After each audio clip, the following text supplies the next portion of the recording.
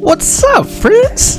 Let's put on our thinking caps. Hello there. Let's talk about Hero Stone. Oh, you're already tired of this bit? Alright, let's just be honest then. Sup? Y'all mind if I still just wear these glasses? These blue light glasses actually help. So this is just off the dome. This is just spitballing. I don't have no PhD in math to back this up this time. We're not even going to really talk about math. We're just going to talk about our honest opinions on the idea of Hero Awakening Stones.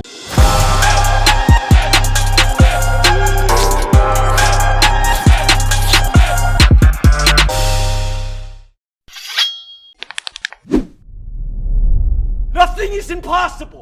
Just do it! Now, many of you probably haven't seen this. Some of you obviously have, but there was a rumor going around and some screenshots that popped up of the devs telling some people in the Korean servers that they're going to be doing Hero Stone Awakening resets. Now, many of y'all are familiar with this early on, but a lot of people make the mistake of upgrading heroes like Knight or Valkyrie.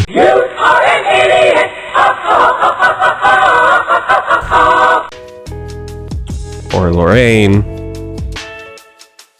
Only really stupid people upgrade Knight. I'm a genius. An utter and complete genius. Look at this. You ready? You ready? Ooh. The shame. So, if you want to say I'm slightly biased towards this, you're probably right. I want those stones back. But here's my honest thoughts, okay? Awakening stones are the largest hurdles to massively progress in the game. They're the thing that you actually need to grind for. Do I think that they give us enough right now? Not nearly enough, no. It'll take about 2.5 months for a free-to-play player to get all of the awakening stones necessary to max out a character. That's just based off simple math that I did in my head. No PhD this time, okay? No PhD. So when we think about people being able to just shuffle 2.5 months around, it really removes a lot of the progression and the strategy and the saving and the implementation that your legacy players get to have when new heroes are released. So think about it this way. So we have this new hero coming out. That looks freaking OP, okay? It looks really good. Now, if I can just instantly take all of the Hero Awakening Stones from my maxed out Tenia, and then transfer it to this new OP unit, I'm now OP again, without much of any investment into the game or any work whatsoever. Now, is that a bad thing? Not necessarily, but it needs to be a little bit more strategic. See, it says that we would get all of the stones back and none of the gold. So gold is probably the second limiting factor in the game. You seem to run out of gold pretty quickly no matter what you're doing, which is fine. The gold system's okay. So we don't actually need the gold back. What we need are those stones back when we're doing this. But it's not necessarily a bad thing to let people reset a few heroes. Yeah, okay, I admit my bias. I'm an idiot. I put a lot of things into Knight. Sue me. But let's be honest, there's a system to where this can work for both parties. Now, think of it this way. If we made the requirement crystals, gems, whatever we want to call them in this game, and we made it a scaling system, not a one-time fee. The first time you reset a hero, like Knight per se, it would cost you 300 crystals, right? Not that big of an investment. You can get that over 3-starring 2 stages or playing the game for a few days. It's not that big of a deal. So yeah, if you messed up early, maybe the game should reward you by allowing you to redo your mistakes, but they shouldn't allow you to constantly shift to the new meta without any additional input into the game. If I show up 3 months from now without playing ever, I shouldn't instantly be able to just jump into the meta by taking all of the Hero Awakening Stones away from my main units. When should I be able to do that? When I pay. Now, for you, those of you that don't like the idea of payment as a gateway to convenience, I think you're missing out this entire system. If you think gachas should be free and truly free to play, we need to have an entirely different conversation on why you are a stupid. These people need to make their money, okay? And the more they make their money, the more we can hold them accountable for their actions, okay? If we want just small indie companies like Riot Gaming and their small indie dev team, we're going to end up with situations like 200 years of development. For those of you that don't get that reference, let me break it down like this. Sometimes these large companies like Polarium, they like to rob you of your money and then not invest it back into the game. So what should we do with those companies? We should throw them away. Easy as that.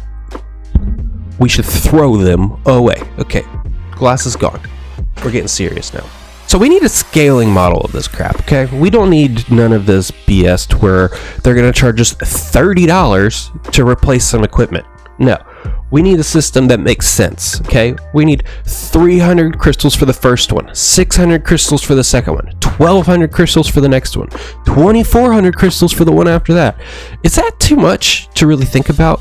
Okay, so you messed up on 1 to 3 characters. No problem, okay? You lose out on a 10x, okay? Yeah, that makes sense, okay? You have to have an opportunity cost for messing up and fixing up your screw up. There has to be a trade-off here. But if you want to keep doing this over and over and over and over again, it should cost you multiple 10x summons to be able to do that. So if you want to forego about 3 10x weapon summons or 3 10x hero summons and able to transfer all of your hero crystals from Tenia to Bari or someone like that, sure, yeah, go for it.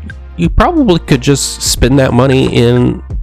There should be a way for free-to-play players to save up and use their stones to get them something that the shop store offers, right? If I, as a paying person, can get hundreds of awakening stones just by giving them my wallet, there should be a way for free people to do pretty close to the same thing.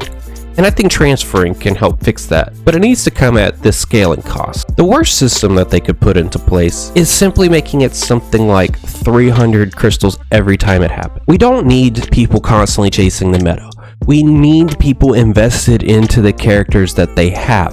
A lot of the gacha concepts behind these games is getting you attached to a character and allowing that character to progress and you finding somewhat of your gaming identity in that character. If my Tenia became useless to me overnight after all the investment I put into her, this game would have a lot less value in my eyes. We need to retain that investment into a character. We need to retain that attachment. But there needs to be an opportunity cost for that, for those people that truly have regret. And you know, I'm not biased or anything. Another thing that I like about the idea of not being able to switch around to the meta is it allows people to find new opportunities to use existing characters against the meta. Now, if you think about games like Hearthstones and even Exos Heroes now, as new units are introduced, there is a mass flooding of people to a counter or the new latest meta. And then slowly over time, people begin to devise other strategies that counter that meta, that counter the counter of the meta. That's actually really healthy for the game, for people to see, oh my gosh, this thing's really overpowered. Oh my gosh, if I think hard enough, I can actually beat that team. Let me theory craft about the future. Oh, I'm really good with Tenia. Oh, I'm really good at using my Bari. Oh, I'm really freaking good with Bob, okay? It makes a ton of sense that as people progress and add investment into heroes that they think are good, that they should be able to be incentivized to use them in situations where they might not be optimal. Because that's the quickest way and the best way for the metas to change. Yeah, you're gonna have some salty plebs that are like, I can't play the game, I don't have the meta champions. Yeah, but those people are gonna whine regardless. Those are the type of people that are gonna spend hundreds of dollars and get to the top, only to be disappointed by the fact that the game doesn't fill the gaping hole in their heart. You gotta enjoy the process, people. You can't just enjoy it all. Okay, too psychological. Okay, this isn't PhD, Jay. Okay, this is IQ of mashed potatoes, Jay. Okay, back to Hero Awakening function. Okay, I get it. We're on a rant. We'll go back to this. We'll sum this up, okay? The idea of Hero Awakening resets isn't a bad thing for the state of the game, okay? I think it's actually helpful. I think it's warranted, but it needs to be a scaling fashion. It can't be something that any normal person can do every single day of the week. They shouldn't just be able to shift things around willy-nilly, okay? There needs to be an investment into these characters because we need to develop attachment to them. Alright guys, if you like this content, feel free to hit that subscribe button. I think people tell you to do the notification bell thing, maybe comment. I think when you comment and you say things like Guardian Tales, YouTube's like, oh, that dude's talking about Guardian Tales and people like it. We should show this to more people. Yeah, so if you guys want to do those things, that'd be cool. Also, I'm doing this giveaway thing. If you want 50 Bezos bucks, aka an Amazon gift card, if you want that in your wallet to spend on gyms, to spend on this, to spend on this, sure, yeah. At 250 subscribers, I'll be giving that away to anybody that comments so YouTube can give me more views. And as a subscriber, I get emails to tell me who's a subscriber. I don't actually get a list of my subscribers, but I get an email every time one of you guys publicly subscribe, okay? Okay. So, yeah, if you like this type of free-flowing, off-the-dome type of content, just let me know.